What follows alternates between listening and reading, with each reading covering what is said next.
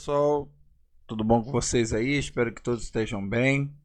Então, pessoal, hoje nós vamos falar um pouquinho sobre a questão do transporte no interior do vegetal e também falar um pouquinho sobre a nutrição vegetal aí para as plantas, ok? A nutrição mineral para as plantas.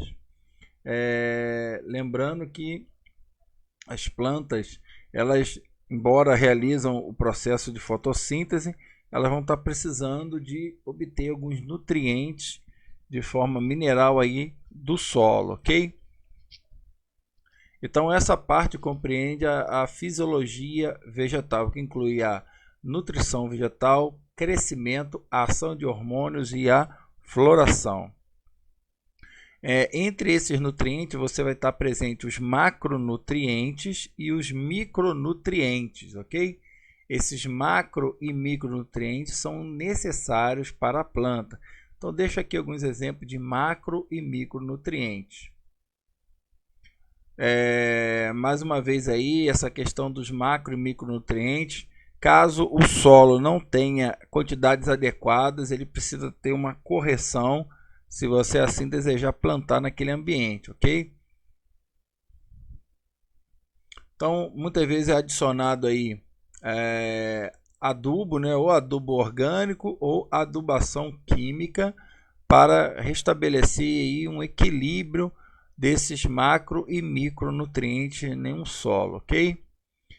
Lembrando que a adubação excessiva, principalmente causada por adubação química, você pode ter a contaminação aí de córregos e rios, provocando a morte dos animais pelo processo aí de eutrofização e também problema para a saúde humana.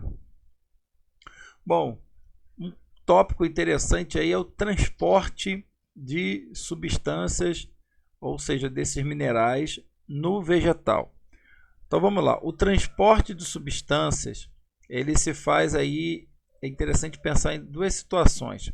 A água se locomove ou por dentro das células, a gente chama esse processo de simplasto, ou entre as células, processo conhecido aí como apoplasto, ok?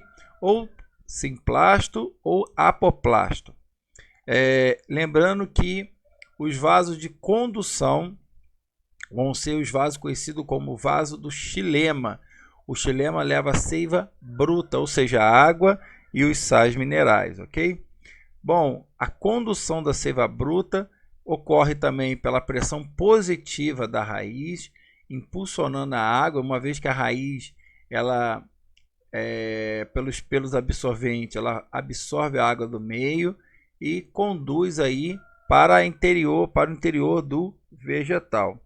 A presença de tubos finos melhora a questão da capilaridade. Então é interessante a gente pensar nisso aí.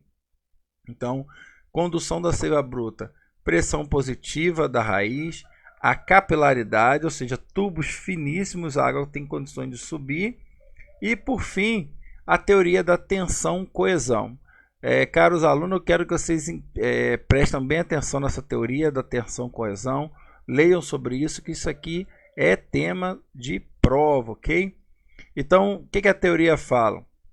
A tensão entre a parede, né, do tubo do xilema e a coesão das moléculas de água acaba levando essa água para subindo no vegetal. Então, na medida que as moléculas de água lá na folha elas evaporam, como se uma molécula de água tivesse ligada virtualmente, e de certo modo está, pela famosa ligação de hidrogênio. Então essa água, na medida que ela vai subindo no vegetal, ela vai saindo nas folhas e uma molécula puxa a outra, aí assim vai, né? Então uma evapora, puxa a próxima, e aí é a condução da água da raiz até até a folha. Essa saída da água se dá numa estrutura chamada de estômato. O estômato é uma abertura onde você tem a entrada de gás carbônico, a saída do oxigênio e também de vapor de água, ok? Então, na medida que as células vão trabalhando aí pelo processo de fotossíntese, você tem a saída da água juntamente com o oxigênio. Então, dependendo da situação, o estômago pode estar aberto ou fechado, ok? Então, o que pode favorecer ou não a abertura do estômago? A luminosidade.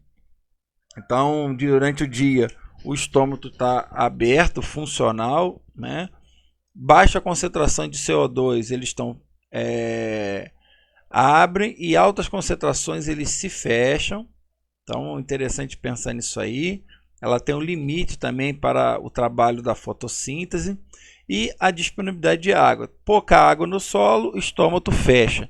Muita água, o estômago se abre, ok? É uma adaptação, uma economia hídrica. Então, nós temos o transporte de xilema e floema. Então, o xilema, os vasos condutores do xilema transportam a seiva bruta, que é água e sais minerais. Na hora que a água está subindo no vegetal, né, esses sais minerais entram no vegetal.